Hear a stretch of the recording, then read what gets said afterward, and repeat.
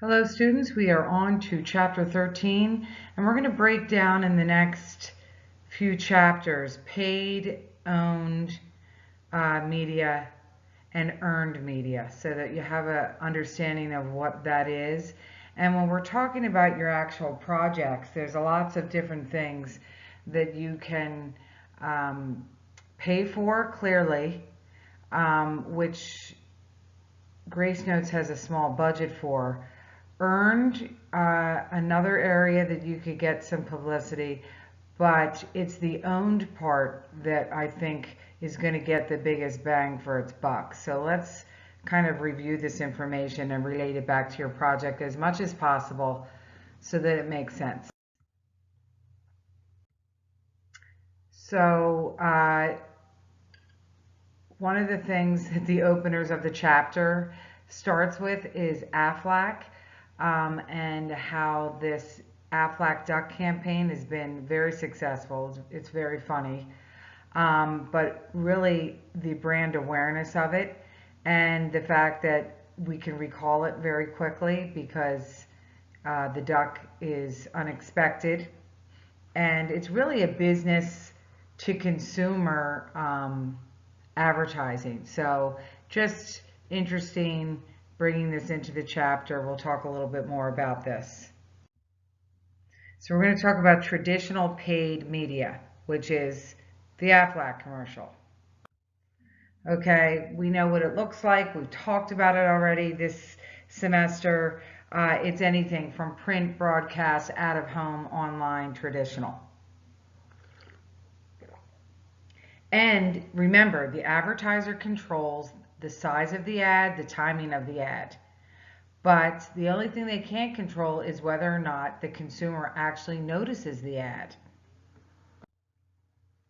So when we're talking about print, it comes in all different forms, and print, as we know, is a time when you really need rich imagery, a longer message than other media forms, maybe more explanation and information. And those kinds of print media include everything from magazines to brochures, posters, outdoor boards, newspapers, things like this. I think pretty much understanding what they are, but I do like this format here in this chart. And this is, remember, this is secondary research for you. So please use the textbook as a resource and to prove why you decided, if you do go with print media, why you chose to go with radio, etc. These are the pros and cons that make sense or not for your audience. So use this chart as a great resource as you prove further why you decided to use the media that you used. Published print media. Some message delivery has shifted online, as we know, but billions of dollars are still spent in print media. And it usually has a longer message life than broadcast. Clearly, you know, once you see a commercial, or except for YouTube, or once you hear a radio ad, it's gone. Whereas if something is printed, like in a magazine or brochure, you can refer back to it. And again, I keep asking the question, what two forms of media are you using for the project? So newspapers, as we've discussed before, really their primary function is basically news, announcing sales and events. People are not reading much news anymore unless you are very much an older baby boomer or older. But still, depending on what you're promoting, what you're advertising, newspapers still could work well in your marketing mix.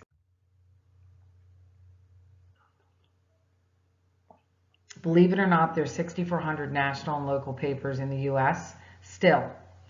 And people still get their paper delivered. It might be the Washington Post. It might be their local paper. near me. It was called the Daily Local News, and my mom still got it. To be honest, I think I received it many years ago on some promotion, but never did, redeem it again, because we all get our news in a different way, and it's not for newspapers, not for my age group anyway. We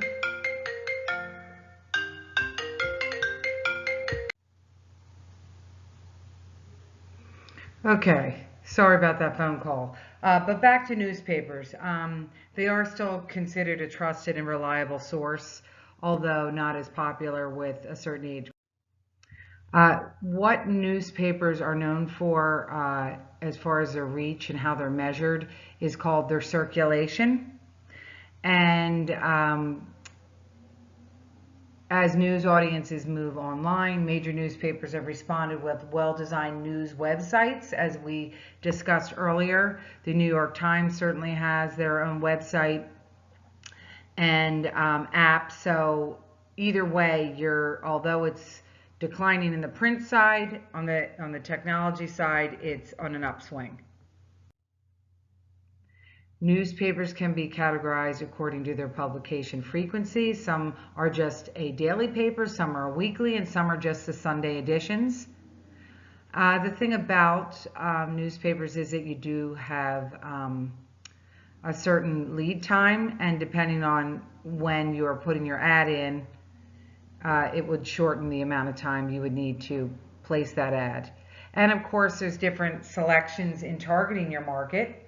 So that's another positive about newspapers, is that you can target specifically what area codes, zip codes you want to go into. And most people like local advertisers. They give volume discounts to businesses, and these ads are sold on size and space. Is considered, and there's also what in the newspaper business, what they use for selling advertising is called a rate card. Again, terms you need to know so that you at least have some knowledge of this information leaving my class.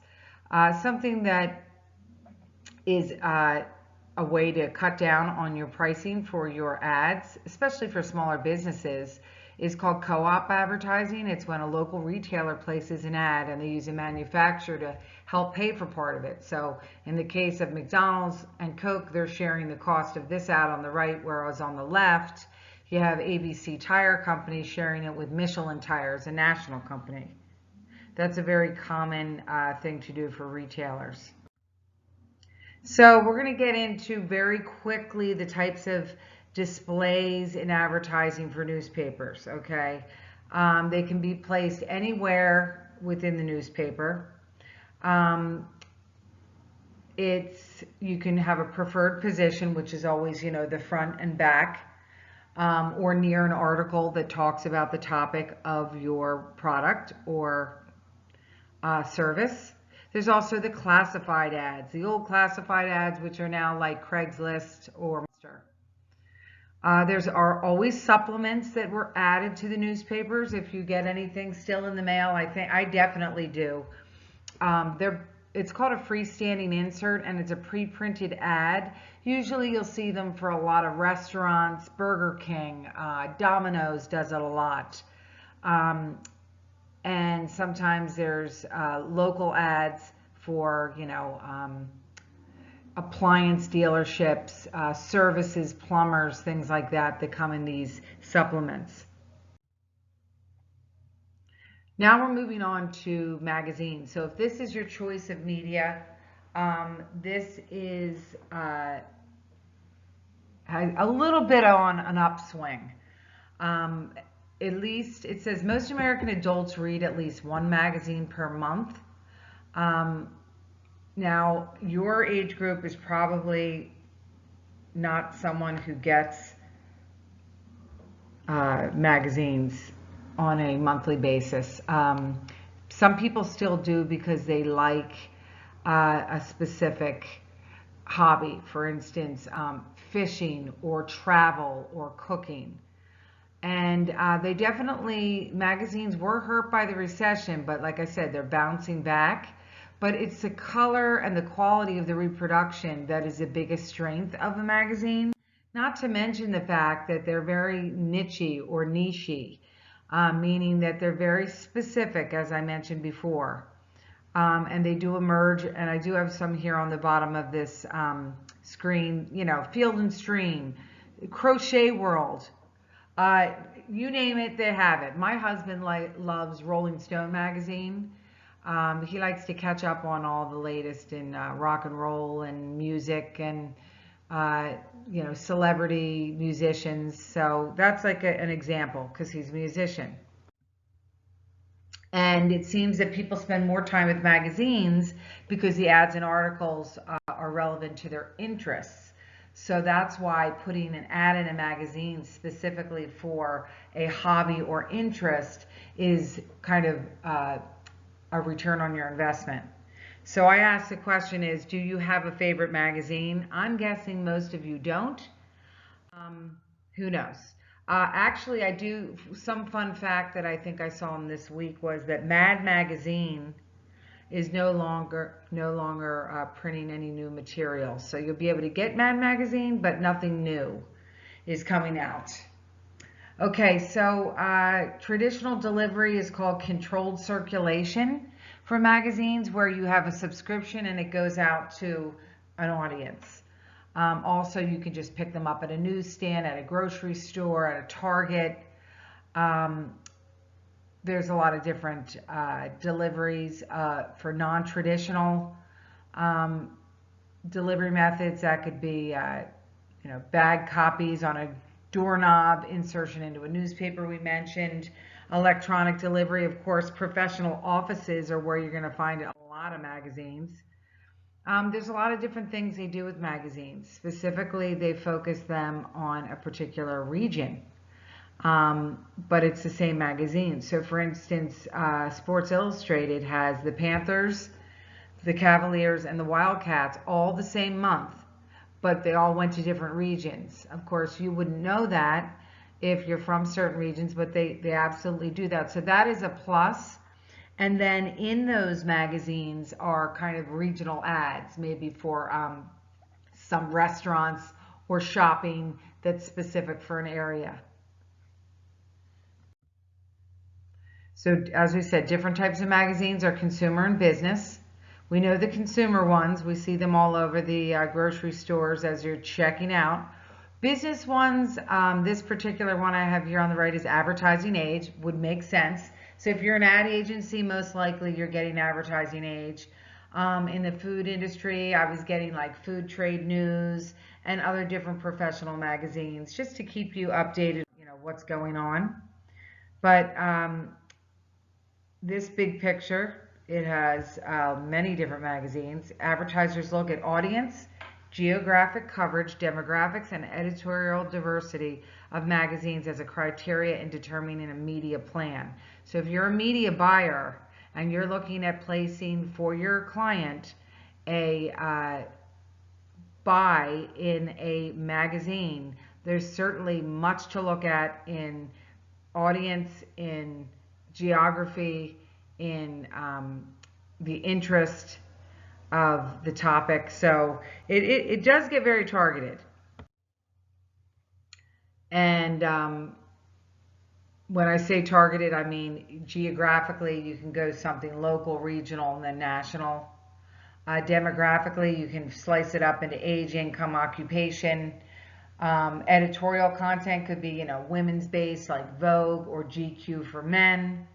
And then physical characteristics, usually an 8.5 by 11 is a typical size, but then you have something like a Reader's Digest that is smaller. And I know Rolling Stone has gotten larger, and I believe ESPN got smaller. So that's also helpful in imagery when we're talking about printing for your ad. And then what are the costs that go into this? So there's different things. Your advertising costs based on, of course, the size of your ad and where it's placed. You can have a double page spread, for instance, down here. I have a picture on both sides. Um, and they always say that you jump the gutter, which is basically the seam of the magazine, and there's no white space. So it becomes like an extra large ad. Then there's also fold outs that they have. They have advertorials there on the right hand side where they talk more about the company and product and brand. That could be 2 or 3 pages. Usually drug companies do this. Recently, my husband received a Rolling Stone magazine, and the front cover, instead of saying Rolling Stone, it had something about Coors Light on the front. So Coors Light took the whole front page. And at first I thought, wait a minute, like it caught me off guard. And then it has like a sticky stuff on the back where you can just peel it off. And the whole back page, outside page of the Rolling Stone was also Coors Light. So they kind of covered the front and back. Again, summer months, people are drinking, parties, 4th of July, Memorial Day, Labor Day, summer party, picnics. So it's a perfect time. It's something different. But I did save it. Unfortunately, we're not seeing each other in person, but I will be using it next semester because I thought it was such a creative way to get me to stop and read an ad. So there's also directories that there's out there like phone books. That's still considered published media. Okay, now we're moving on to broadcast and radio. I know some of you listen to the radio, but a lot of us are now listening to streaming on Pandora and Spotify. Certainly my daughters are. Talk radio. Um, but there's still, it's in our car. Okay, it's still something we listen to, and it still gets interrupted by ads. So one of the questions I asked you is, do you believe in streaming ads, videos? And in this case, for the radio, same thing. You have a very targeted audience, and the ads are very focused. So they get the big bang for their buck by paying a little bit more to being on a Pandora or a Spotify or Sirius XM radio, things like that. So the radio industry has more than 10,000 radio stations, if you can believe it. And some of them are nationally syndicated, and most of them are local. So that's where all the local companies can really promote their products. There's lots of different forms of radio, from AM, FM, cable, satellite. Here's one of our local stations here in South Florida, the Shark. And here's what I thought was interesting. It's an ad in like a Radio Times magazine for the radio industry, still promoting the fact that radio is a great way to connect with the customer. So Nielsen Audio is one of the several major audience rating services in the industry. It estimates that the size of the radio audience for more than 300 U.S. markets. So they say that radio listeners stay tuned during commercials, 92% of them, because like they don't have anywhere else to go, I guess, from one place to another. On average, radio holds on to more than 92% of its lead-in audiences during commercial breaks. So that's good for an advertiser. And it's a good option as a choice of media. It shouldn't be skipped over, let's put it that way.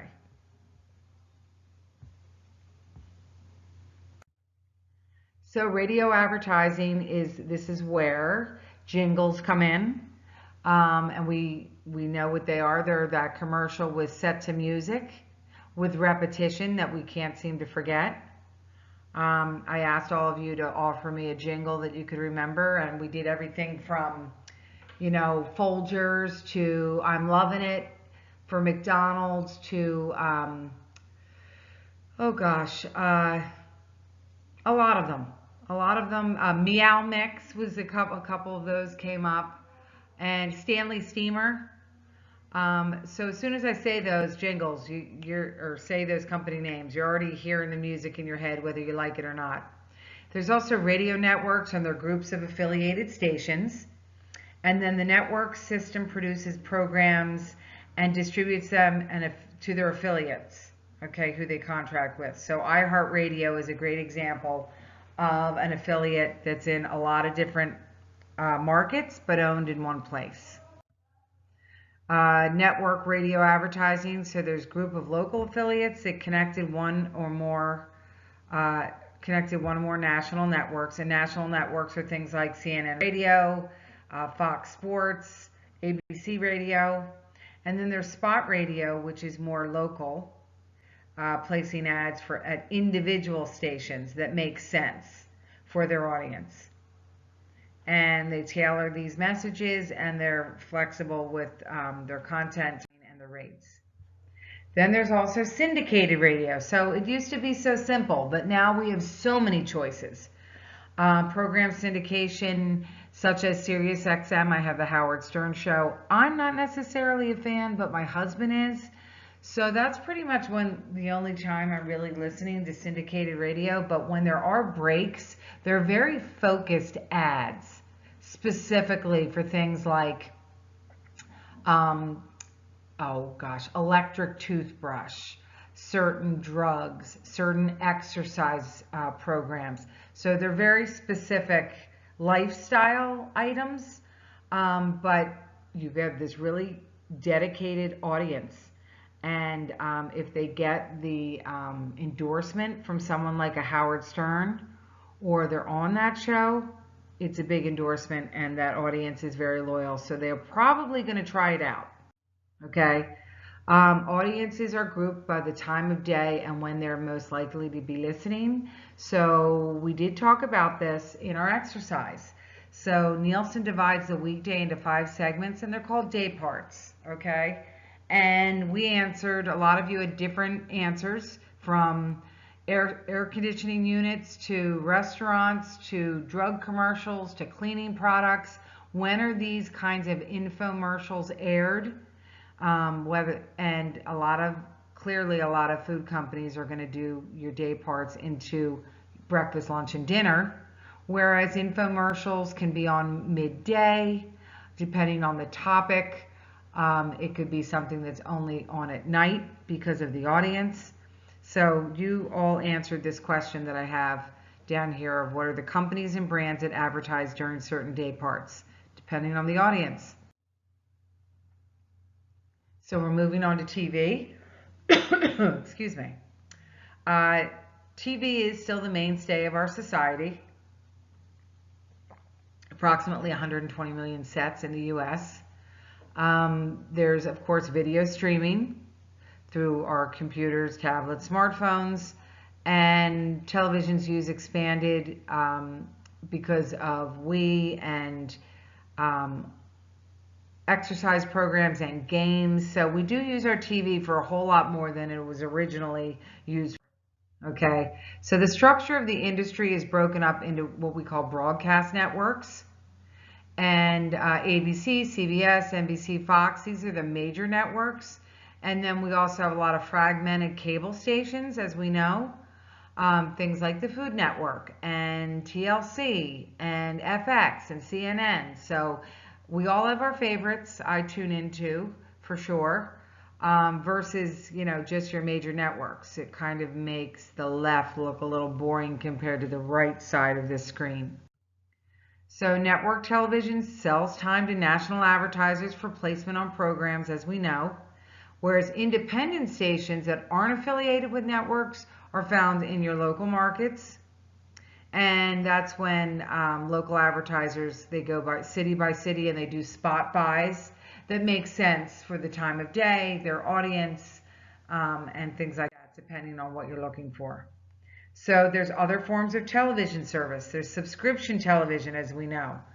That could be your Amazon Prime, Hulu, Netflix, cable television, HBO, things like that. And then public television, still an attractive medium for advertisers. That's that educated person, that more affluent person that go for the PBS channels.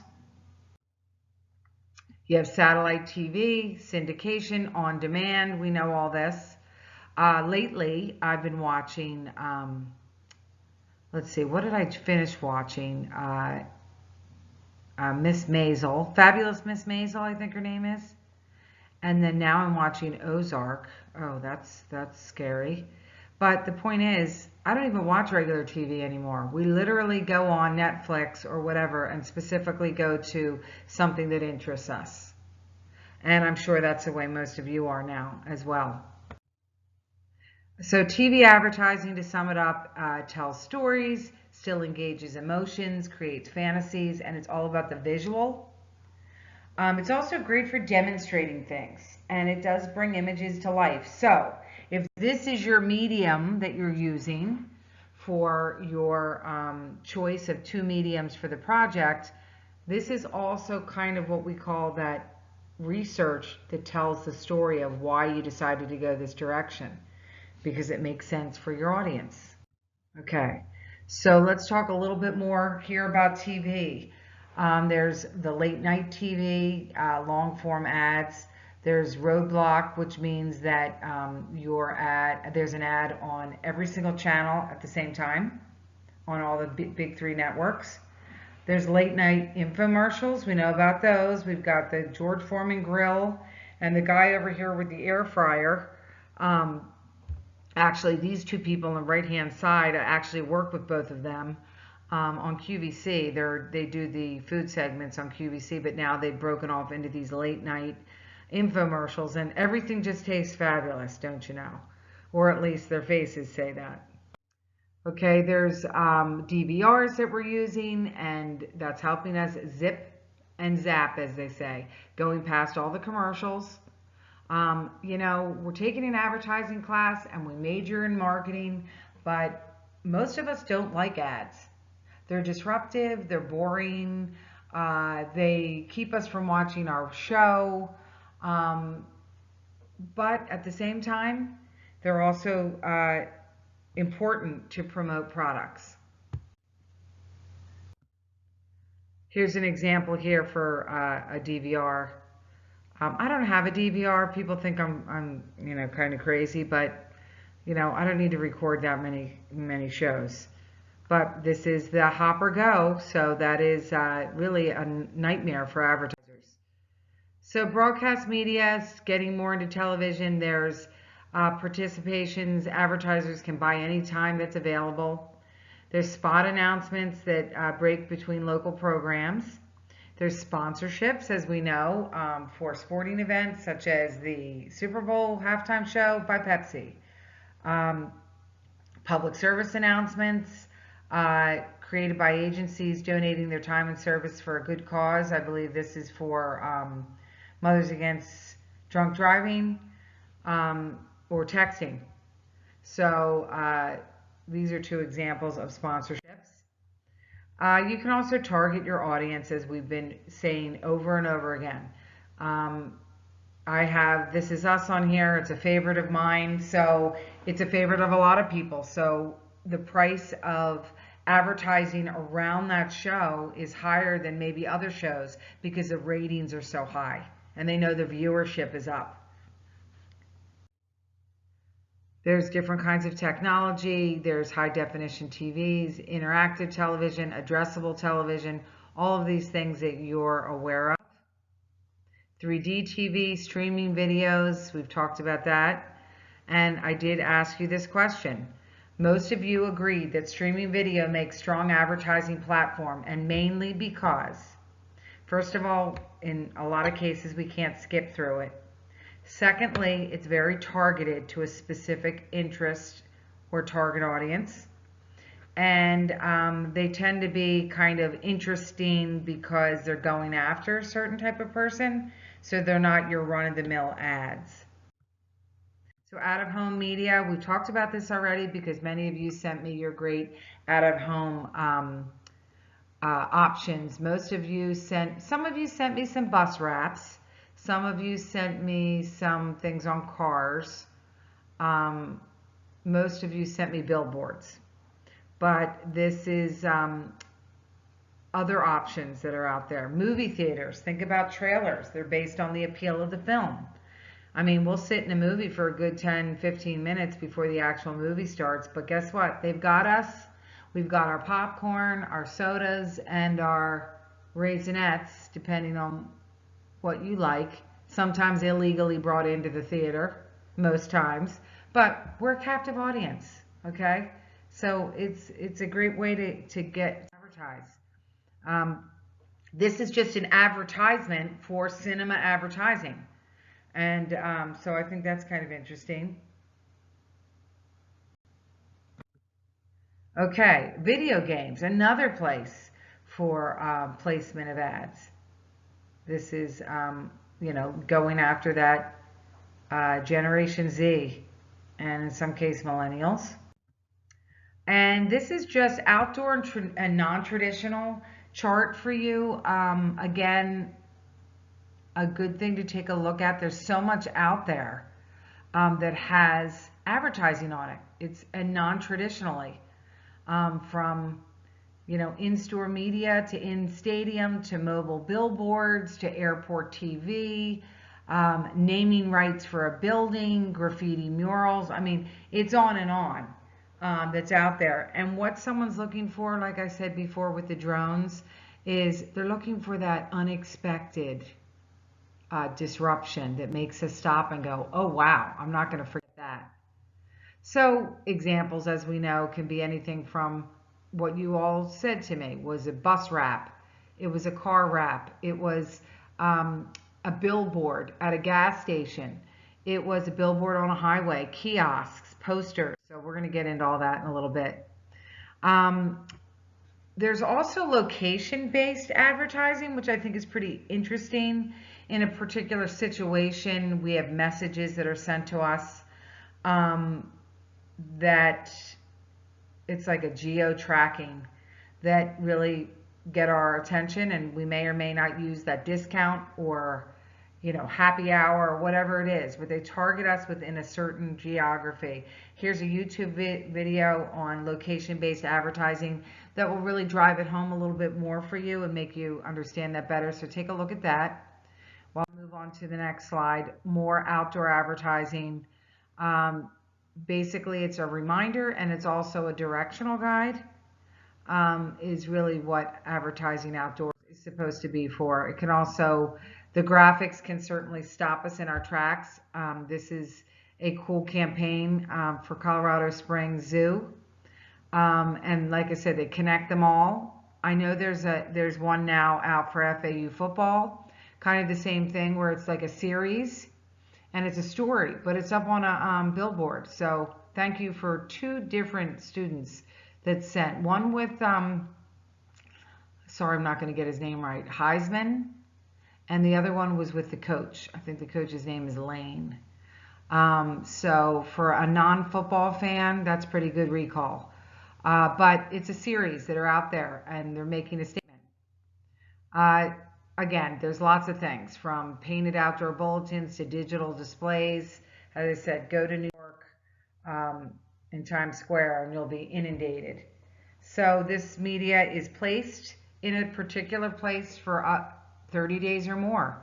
Maybe it's a highway like the Florida Turnpike that gets a ton of traffic, or something more, something smaller, but it's definitely a path that people go down a lot. And as vehicles pass, they're called showings. So how many showings are you getting in a day or a month? Depends on the traffic.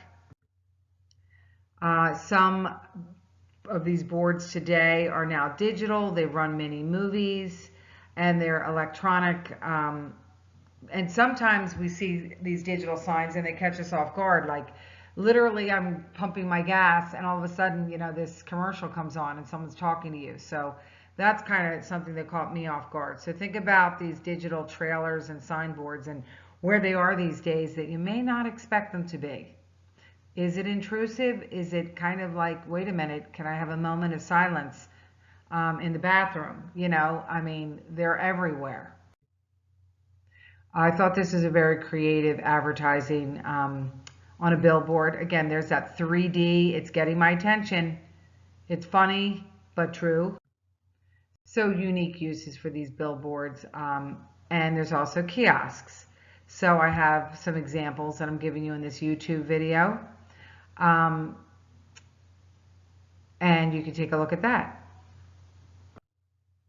So transit advertising, that's another area.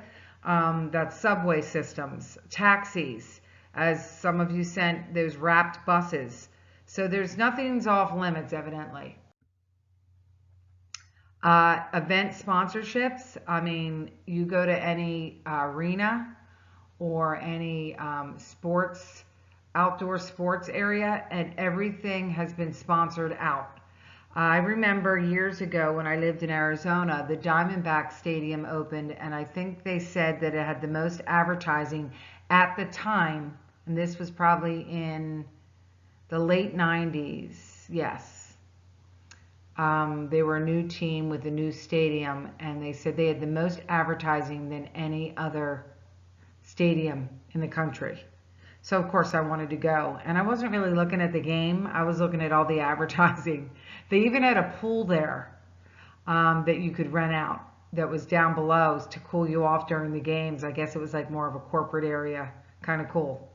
But companies pay big fees to be like the sponsor for the event, and their logos are prominent. Sometimes they're right behind the pitcher. I mean, the catcher. So yeah, I'm going to see that like all the time. So think about your favorite sporting event and who's sponsoring the event.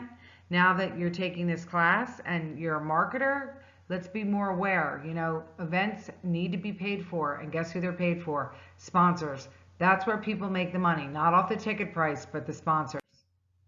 Here's an example of a Tropicana wrap of a bus, or actually this looks like a subway. Okay, online advertising is our next area, and our last area. Internet advertising run on website and traditional display ads. They can be all over banners on the web page. So spending on online advertising is 75 billion, has overtaken TV ad spending. Mobile ads are over half of online spending dollars now for companies.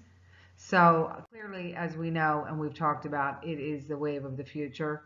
Using rich media, viewers can participate in ads or manipulate them by clicking or rolling over them, so that engaging them is a good idea. Okay, and these are different kinds of web ads. They're called things like banner ads, skyscrapers, the long skinny ones, pop-ups, which are annoying, microsites or mini sites, small websites that are on the offspring of a parent website that you can click on. Here's an example of one for Zippo lighters.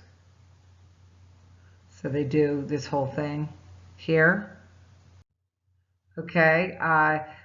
Again, how do we measure web advertising? So that's something that advertisers want to know about. And the way they do it is through click-throughs. And that's how they measure their success online. How many people click through, and we're going to talk about a thing called stickiness, where they actually stayed on the site, or they purchase something. So the click-through rate nearly doubles when motion and an interactive element are added to a banner ad or to any form of online advertising. That makes sense. Something that's going to attract me, something that's going to engage me. Okay, so think about that as we're creating a website or an ad on another website that is for a nonprofit, that we want people to volunteer or donate. What can we do to attract them, keep them on the site? Online video ads. These are very popular, and many of you use these in your favorite ads. So these are usually like a minute, 30 seconds, and they really are entertaining to visitors of websites. And there's 30 formats. Advertisers who want to use video are struggling to find the best platform for their ads, since there's a lot of different places they can go. I give the example of the Dove Beauty ad here because it's like a 3 or 4 minute advertorial about their product, but it's just very inspirational, and that's what a lot of companies are doing now on their website. So that is a great opportunity for Grace Notes. I know they have some video, but is it the right video? So think about that. So, search advertising. Seekers have become a potent force, okay, in marketing because they go online to search for information. Okay, this is what we do. We Google something and there's a keyword search. And this is called search advertising or search marketing. SEO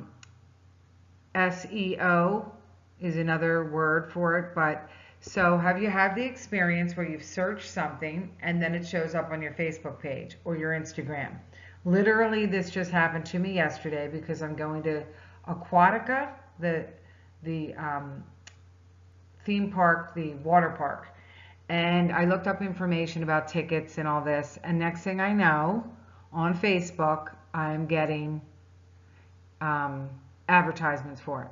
So this is the keyword searches are important because it makes you and connects you with your right audience. Ads can be positioned on sites associated with keywords. The practice of maximizing the link between topics and brand related websites is called search optimization, as I mentioned, or search engine optimization, SEO. There's also a quick response code that you can use as a two-dimensional barcode with scannable matrix designed here so that you can click and connect with your customer or they can connect with you. More issues with digital issues with traditional media. Print and broadcast media have struggled with competition from online media, as we know. Some newspapers and magazines have bundled subscriptions now so that you get print, digital, and apps all for one price. And more TV cable customers are cord cutting, moving away from contract services and buying on-demand options. That's like the Sling TV with those funny ads, the slingers.